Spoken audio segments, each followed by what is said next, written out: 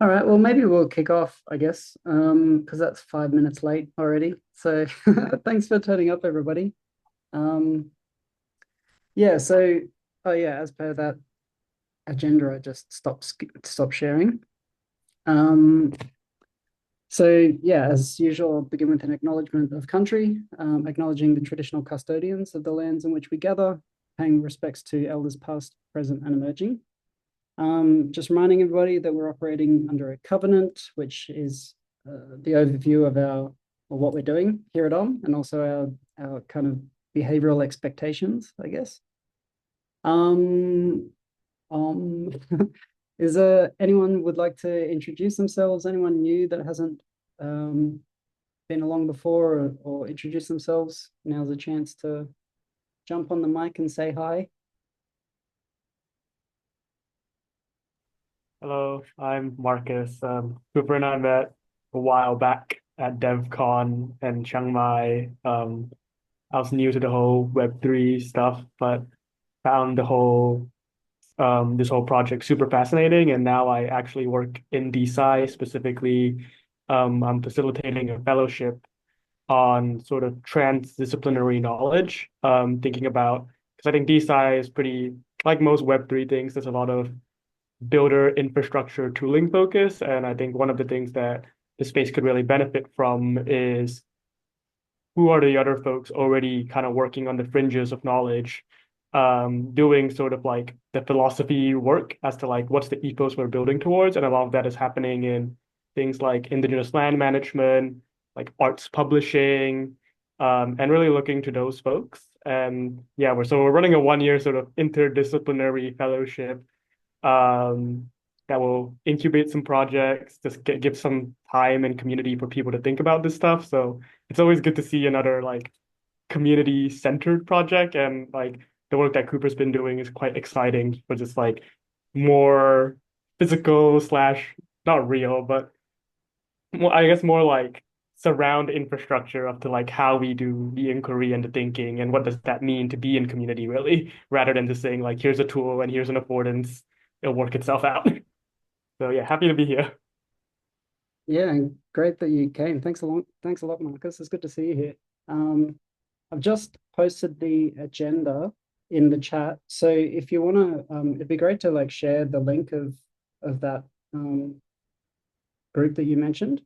And maybe, yeah, I'd like to check it out. Maybe other people would as well. So if you want to jump in the agenda, then anyone should be able to edit the agenda and add anything in there that they want to share with the group. This is kind of like our permanent record of what happens in the meeting as well, so people can look back on it as well.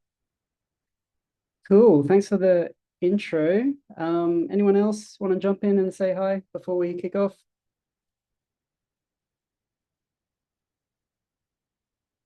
All right. Well, thanks for joining, everyone. Yeah, so basically today is about looking at the results. So the first week was about nominating values. The second week was about rating those values. And then this third week is really about looking at the results that we've gathered and then reflecting on not only those results, but the entire process. And so as you can see in the agenda, I've left some space for kind of general reflections on the overall process. But curious what people thought about the reviewing last week, if anyone's had any time to reflect, any kind of feedback on the prototyping process that we did last week. I just thought I'd leave a gap for that before we actually jump into the results. Is there anyone got anything to say about the experience? How did they find it? Improvements for next time?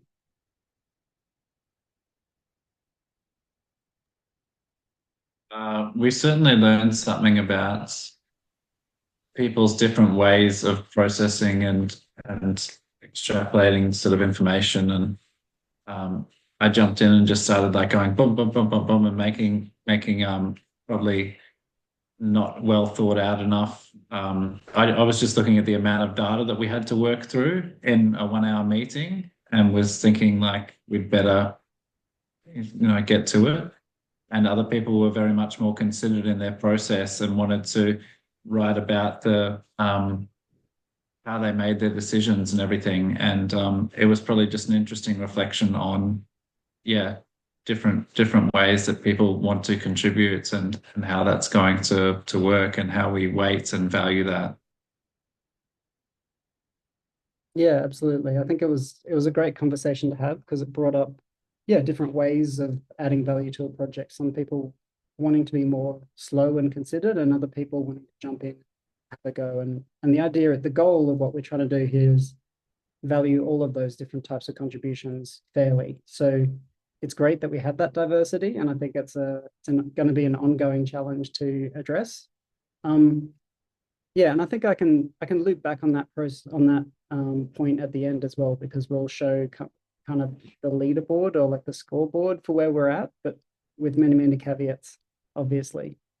Yeah, any more reflections before we look at the results of last week's process? Going once. All right. So as of the meeting last week, we finished one complete prototype, which is really exciting, and I'm very grateful for everybody for adding their data there.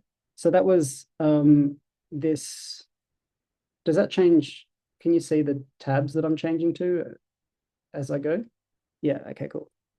So that's this prototype here. So basically, for those that weren't here, we have these pairwise comparisons. People go through and they can choose A or B on each comparison. And they're basically just choosing between these values that had been nominated in the previous week. And some people also thought that we put in some reviewer notes. So these were optional. They're not directly scored, but we could potentially find a value for them in the future. So there's, yeah, several people have added notes throughout as well, which is really great. And so then basically the results is just tallying up the votes for every value. And so here you can see the 25 values that we measured. Here's the number of votes that they each got. And on the right, I've just sorted them according to the rank order. So you can see that for this community prototype that we did live, the highest voted value was regeneration, followed by integrity, community, creativity, generosity, respect, consent, transparency, and I guess playfulness makes up the top 10. Yeah, oh no, consciousness makes up the top 10. Yeah, so that's the score that we got from the community.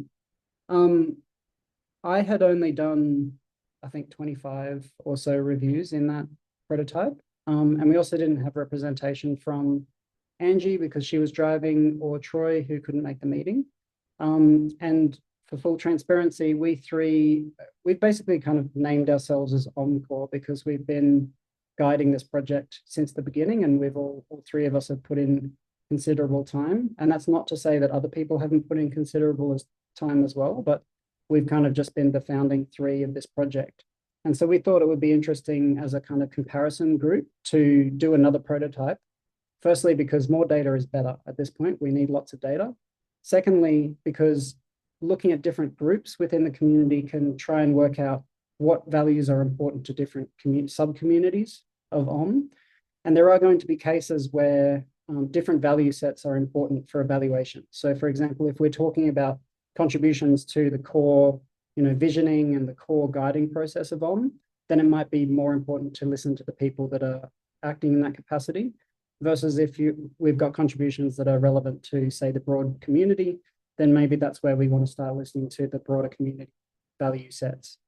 And so this second prototype that we ran, I invited Troy and Angie. Troy's really busy at the moment, didn't have capacity. So just Angie and I completed this one. We split it evenly and we did 300 reviews each. And so then we have a second data set that we can compare to the first.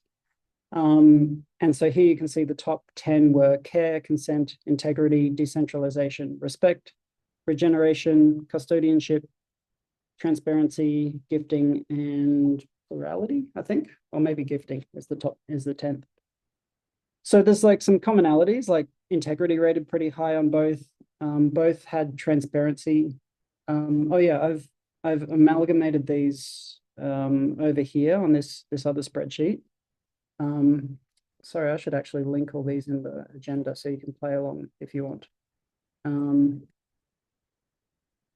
But yeah, basically looking at the two side by side, you can see that there's some commonalities, like integrity makes it in both. I think, what else is in there? Transparency, it makes it in both. Regeneration is in both top 10 sets. But then there's also some differences. So like decentralization was rated more important by OMCore, and then community was rated more important by the community. So yeah, this is kind of just a very cursory, obviously this is very limited data. This is just a first example of the way we can do this. And it's by no means final. The idea is that we can continually evolve this and we can keep checking back in on this process, keep gathering more data and checking in on people's values as the project evolves. But there is a question now as to what we do with this, because the idea, the intention at least, was that we would embed this into our governing documents in some way. And probably the most obvious place, I think, is in the covenant itself, because as probably everyone should have read through this at some point. And so it starts with the purpose, the vision, and the mission, and then we've got this section on values. And right now it's quite vague. So it just says that we're guided by principles drawn from open science and Burning Man movements, and then it gives some examples. But here I thought, like, we have to put something in here. And so I thought this might be a good place where we could start listing these values that we've collectively selected. And then we can also link people to the data and the process. I'll be writing up this process that we've done. Every month I'll write up a report on what we've done. And so we can actually link to that within this covenant, which might start to give people a perspective on what we're doing when they first sign up. But yeah, the question, I guess, is how do we amalgamate, and what values do we want to put in here? Because we have 25 that were nominated. I would suggest that maybe putting 25 in there is a bit too much. Maybe, like, say, Burning Man, they have a set of 10 guiding principles that they all honor. So one way we could do this is perhaps like pick the top 10. So that's one question, like how many do we put in there? And then a second question is, how do we amalgamate them? So like I've thrown an example in here, which is to just add up the total votes for each value across the two prototypes that we did, and then just use that as the rank ordering. So this would be the combined rank order, and that would mean our top 10 would be something like this. Integrity, consent, regeneration, care, respect, transparency, decentralization, community, creativity, and gifting. So, oh yeah, and I forgot to say as well, we had this third prototype that nobody's actually entered anything in, but it was like an asynchronous version that people could continue to use. I'm going to leave this open, and I'll include a link to this in the report that I write so that people can come along and add more valuations if they want. But yeah, that's just to say that there's a ongoing opportunity to express your values if you want. So yeah, so that's the data. And then I guess something else to discuss is potential analyses that we could run. So I posted something in the group, and somebody responded, like, what's the point in doing the analysis? And I guess just generally speaking, I was reflecting on my motivations for what I posted. And partly what I want to demonstrate here is that this is an ongoing experimental process. So by having these two data sets, we now have opportunities to compare and contrast between them. As for the actual questions that we ask, it's an open book, and we don't even need to really test anything immediately. But yeah, I guess there's like various things that we could look at in the data if we're interested. Peculiar, you have a question? Not a question, just asking for the link, the meeting link. Sorry? The link? I'm just asking for the meeting link. The meeting doc. Oh, this, like so it should be in the chat. I posted it at the beginning. Okay, I think I missed that because I didn't join immediately. Okay, I can do it again. Yeah, I'll post it again, one sec.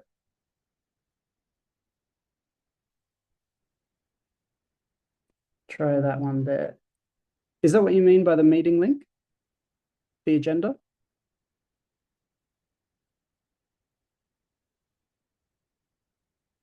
I'm going to assume so. Did you ask a question? Sure. Okay, I didn't hear. Could you please repeat? Did you have a question? Oh, no. Oh, okay. Yeah, so that's my ramble. I haven't done any analyses beyond just this rank ordering that I showed you.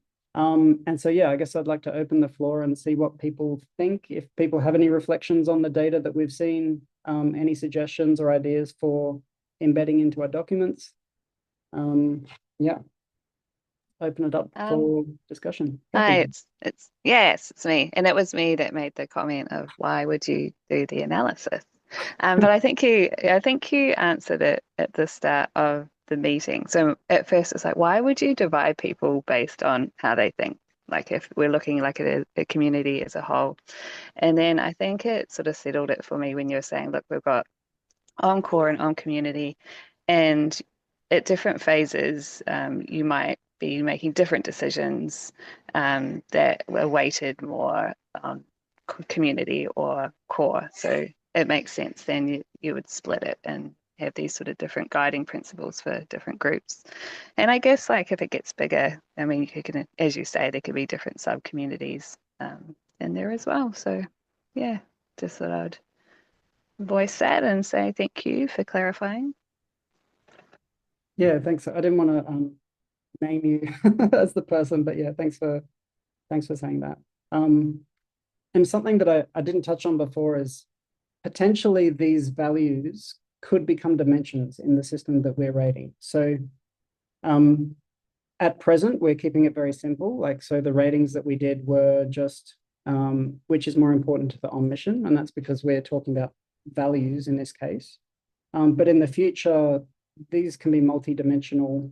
Yeah, I think I've got some previous versions here. So that these dimensions that we rate on, contributions can be rated on multiple dimensions. And what we've done in some of the prototypes previously is we've rated on these values that people have nominated to the community. So it is potential that depending how the app goes and depending how development is and whether we have enough people to collect data, that we could potentially start using these values to rate contributions for those.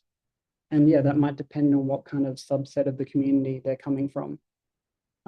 But at this stage, the only thing I think we can really confirm is that we'll be putting them into the documents in some way. So that's kind of the short-term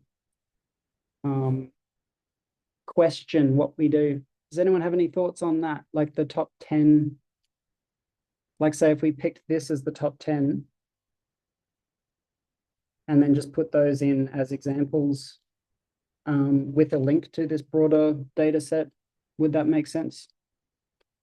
This is effectively what we're doing there is treating the two prototypes with equal weight. So we're effectively giving 50% to each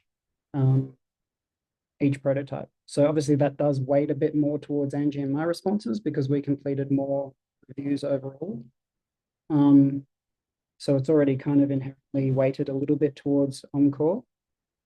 But as you can see, like the combined rank order is a new rank ordering. It's not really, yeah, it's a combination of these two rank orderings. I'm happy go. with that Oh, idea. sorry. Go for it, Laura.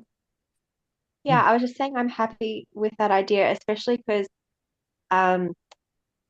there was only a certain amount of us entering data into the community version as well.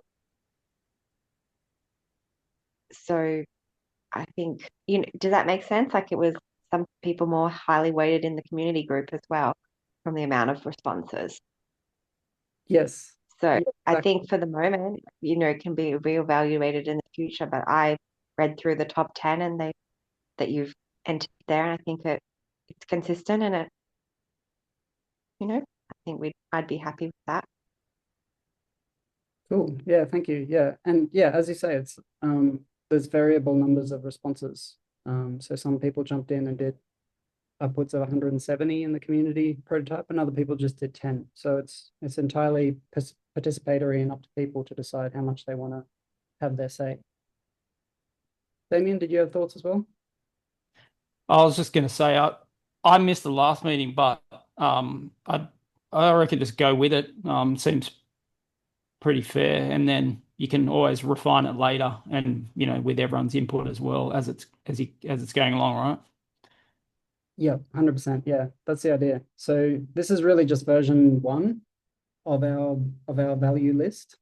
And as I said, like there's this open asynchronous prototype that is still empty and waiting values. So we can open this up, and I'll link to this when I write a report, and I'll say, everybody can jump in and do some reviews. And then if and when this gets completed, we could potentially merge that into the data set as well. So this can become an ongoing evolving process. Yeah, like it should evolve organically that way, I think, which is the way it should be, right?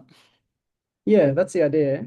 And there's obviously a tension between like how dynamic it is, while also like if it's too dynamic, we can't actually have any stability to actually, embed this into our processes. But I think at this early stage, yeah, it can be fairly dynamic. Hey, Shay, question, comment?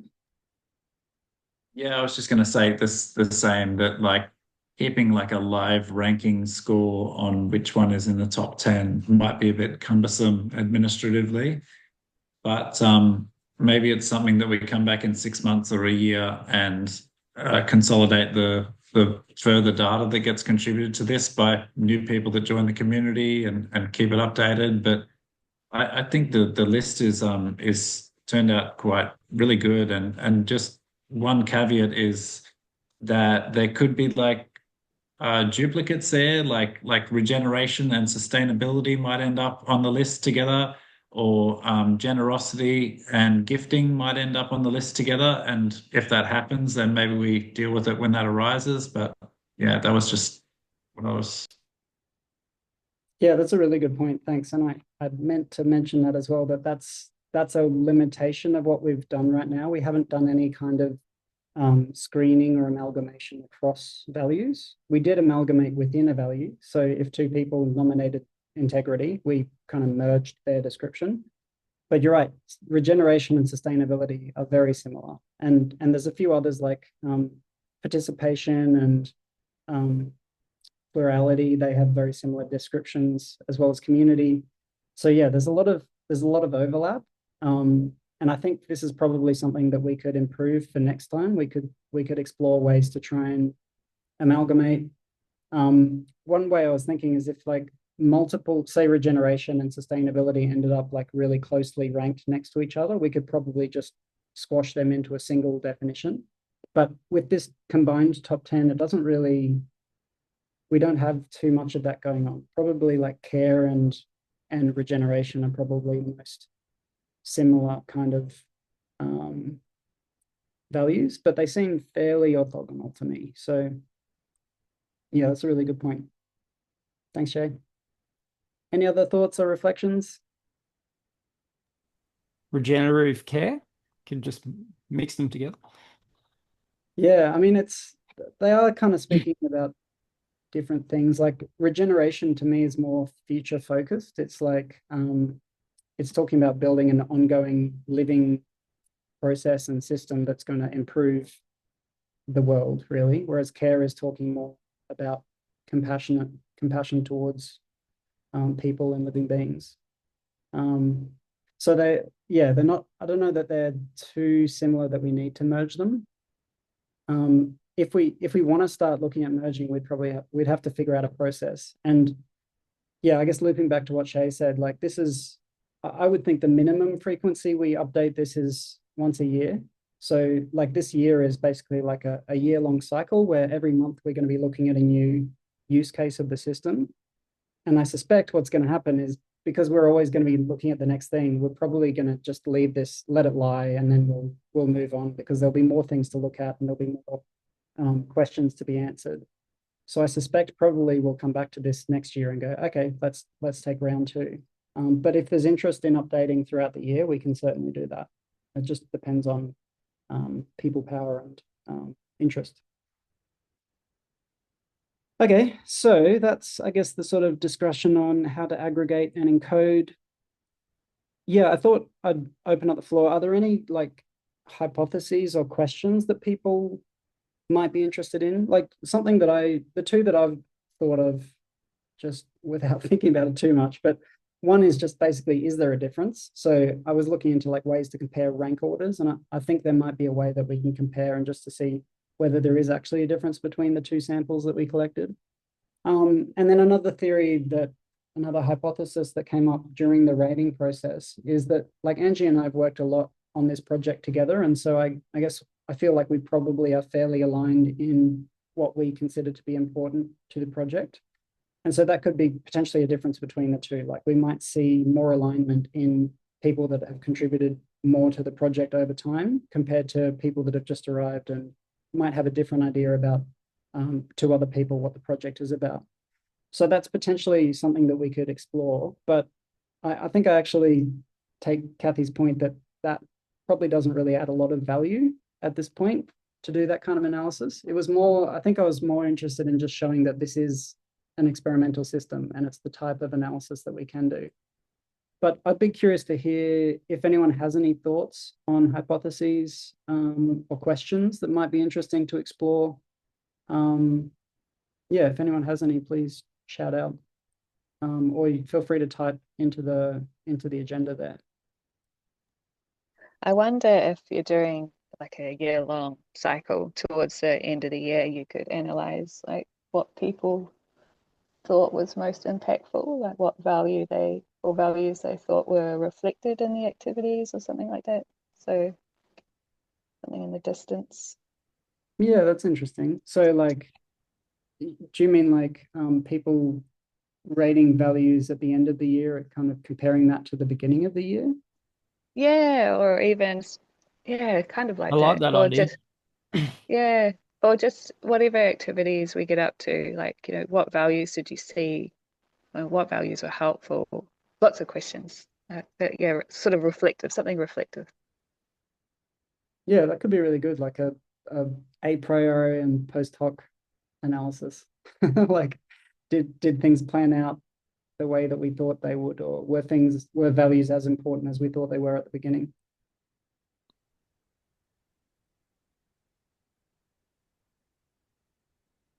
Cool. Well, I mean, if anyone thinks of any, please drop them in the agenda and we can potentially look at them down the track.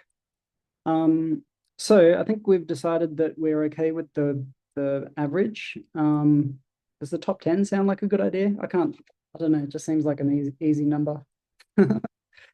So yeah, I guess we can, I mean, the idea is that we'll link to the report anyway, so people can investigate the full data set if they want, but I guess a top 10 is like a starting point. Yeah, so the other two things I have on the agenda are this idea of a leaderboard.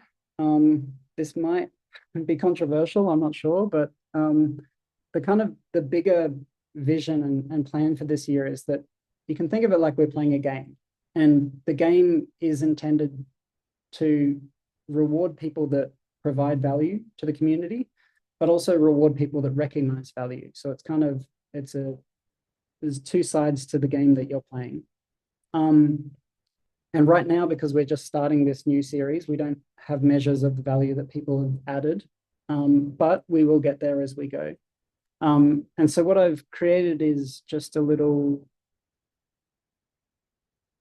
so in this meta results tab that I've linked in the agenda. So this is the kind of current leaderboard. And it's, how do I say this? It's not reflective of true reality, firstly. So we can never properly measure value. But what it is reflective of is just the votes that people have done. So it's literally just how many times you've entered votes into our system via the value prototype. And off to the right here, I've started putting some of the other kinds of categories of contributions that we've made. So some people entered values into our first form. Some people have added notes alongside the pairwise comparisons. Obviously, all of us here have attended at least one meeting, and some people have been vocal in Telegram. And so these are just some categories of the types of contributions that we'll be able to value future. But the thing is, all we know what the value of it is right now is the comparisons, because we're pegging everything to their value. So effectively, each one of these comparisons at this stage is given an approximate value of 1. It might be that these scores change in the future. So for example, if all of my reviews that I gave turn out to be not very reliable, then maybe my score would be downweighted in the future. But for right now, it's just a proxy that we're estimating the value. And we can potentially, in the future, depending how much interest and time people have, start to weight these other contributions as well, so that people could start earning points for those types of contributions.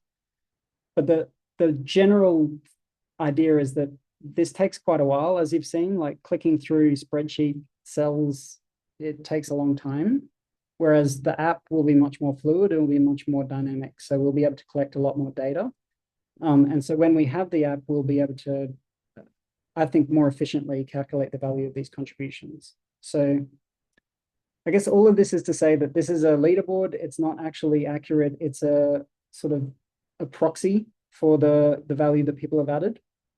And the idea is that this will get increasingly accurate over time as our system gets more sophisticated and more efficient and we collect more data and everything. Yeah, so, and then, yeah, I guess I wanted to kind of close off, and maybe I can tie in reflections on that, in case that triggers anybody or anyone wants to bring up anything about that leaderboard idea. It's a good idea. I like it. If you get enough points, do you get like an iPhone or a prize or something? So yeah, the idea is that we're going to start making this real and tangible this year. So we've been playing with this idea of points for the last few years, but they're not actually translated into anything real. So this year, we're going to be using points for certain things. So one thing, for example, will be attending the festival at the end of the year. So in theory, it'll be possible to win your way into a ticket literally just by doing reviews. Or you could win your way in by making an offering like we did last time, and we'll rate and review offerings and invite people based on their offerings, the same as we did 2 years ago, but this time using our app. So we'll be able to do it much more collaboratively, and it'll be hopefully more rigorous and accessible. So that's one thing is, yeah, like winning your way into the gathering, but we're also wanting to explore with micropayments. So like some of you might have seen in the prototype that there was a space to put a wallet address. And so what we want to start exploring at some point, and I'm not sure what point throughout this year-long series is the best point to do that, but at some point we'll start rewarding people with micropayments based on the points that they've accrued in their system. And so this is, yeah, it's going to have to be delicate because there's potential effects on people's motivation if we start rewarding financially. And it's also a risk, right? Because like if somebody jumps in and starts gaming the system, then if we're paying heaps of money to people, then we're going to, yeah, drain our resources really quickly. So the idea I have, and open to suggestions and thoughts, is to just start really small. So start with a tiny fraction of what we think these votes are actually worth. And then we can scale that up over time as we get more confident in the system and we figure out ways to kind of prevent cheating and that kind of thing. You could have a maximum, sorry, I'll just jump in. You could have a maximum amount of points that you could redeem depending on how old the person's account is or something, or how many stars they have, from other areas. They can then unlock different maximum amounts of points, maybe. I don't know, that could protect the system. Just an idea. Yeah, I like that. Like a sort of like time-based, it depends on how long you've been part of it before you could, yeah, that could be like a capping factor. Yeah, time and value that you've contributed in other areas, I guess, could, unlock different tiers of points that you could reach. Yeah, totally. It's simple, of course, but Yeah, the general idea for it I have is that like everybody has a bucket, and the size of the bucket depends on how much you've contributed. So some people will have a larger bucket, and to try and control the spendage from the community, we can just drip amounts each month into each person's bucket so that we're not pouring money into any one person's bucket. We're just kind of dripping it slowly over time. And that could potentially build up to become like a income source for them in the future when we have legitimate, like large sources of funding and a more reliable system. And what that gives you then is like a max that any one person could receive, both in the flow rate as well as the kind of the size of the bucket based on how much value they've added. But yeah, all of that's still very open and haven't actually figured out the mechanics of that yet. So if anyone has any thoughts on that, if anyone has any tools that would be useful for doing that, yeah, let us know. And oh, Christina. Hi. This is not like a suggestion or anything, it's more like a question. But I was wondering if you thought about weighting votes according to demographics, because maybe the people participating are not like representative of maybe the wider community that you want to capture. I was just curious about that. Yeah, absolutely. We earlier on in this project, we captured demographic data. So we asked people about to self-nominate whether they were from backgrounds and marginalized groups and that kind of thing. I haven't collected any of that data from a while because, to be honest, we didn't do anything with it. And I'm hesitant to collect that kind of data if we're not actually going to use it. I think that's part of the goal still in the future. When we have a proper system, once our app's released, we can start to collect that kind of data and we can use it to weight reviews accordingly. But it's kind of, I think at this early stage, there's not a lot that we can actually do with that data. And so I'm a bit hesitant to collect it. But you're right, like I think the demographic and the location and background, all of these are interesting and important factors that could potentially weight reviews that people make. But it also depends on what the outcome is we're interested in, as to whether we'd want to do that.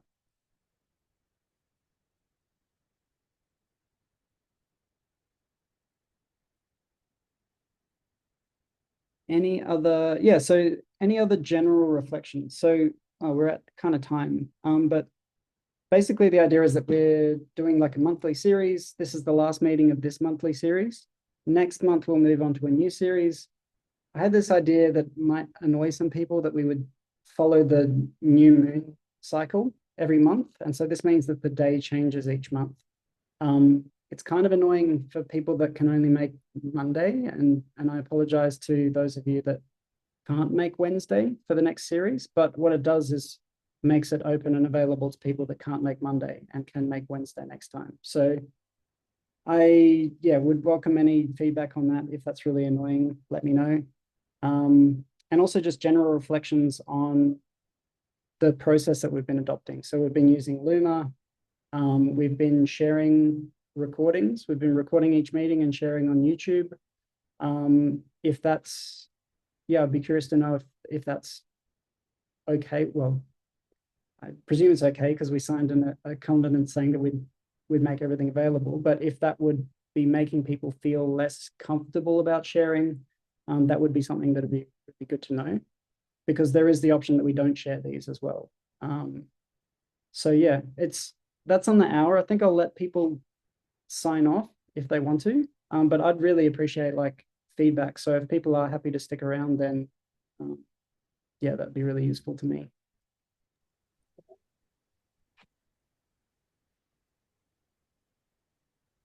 Yeah, no objections on the YouTube. I think it's good that you're sharing videos, because if someone can't make it for whatever reason, they can, catch up, and yeah, it's good. And I think the days of the week, as long as it's, I guess, consistent in the month, then I think that's okay. Well, I'm okay with it. Anyone else has any comments? Yeah, so like each month would be the same day, basically. So it's Yeah, like I think a that's 4-week fine. Yeah. series. Yeah, I think you wouldn't want to switch it up like a different day every week. That might confuse people. But if it's Yeah. sticking to a bit of a schedule, that's better, I think. Yep. Yeah, that's the idea. Yeah. Any other thoughts? Thanks for that, Damien. Appreciate the vote of support for sharing the recordings. I always feel a bit unsure whether this is actually I think an argument can be made that people might not feel super comfortable about talking or showing themselves on video and these sorts of things if it's being shared. So there's Yeah, I think it's good that you checked. Yeah. I guess yeah, it's all an opportunity to learn and maybe do things better or more in another way for next month if there's issues or people think it'd be a better way. There's other ways to do it. Seed moon experiment. Sounds interesting. Yeah, so each month has like a kind of theme where like the theme is that we're like growing something. We're growing on basically. And so this first series has been the seed series. The next one will be the root series. And that's where we're planting roots. And basically a snapshot of what that's going to be is we're going to be voting in our new charity board. So these are the people, I think of it as the roots because they're kind of behind the scenes under the soil, not necessarily very active, sort of in the community's face, but they are like holding the structure together and they're kind of drawing nutrients to feed the plant that we're growing. So that'll be the process. We'll run another prototype like this and we'll elect people to the board for an even more real world outcome. All right, any final thoughts or reflections before we close?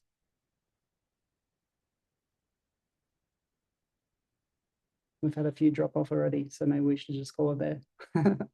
Thanks, everyone. Appreciate your time. Thanks for joining. Thanks, Gibbs. Hope you can join the next series, the Root Council, starting on the 28th of May. Bye all. Peace. Hi, everyone.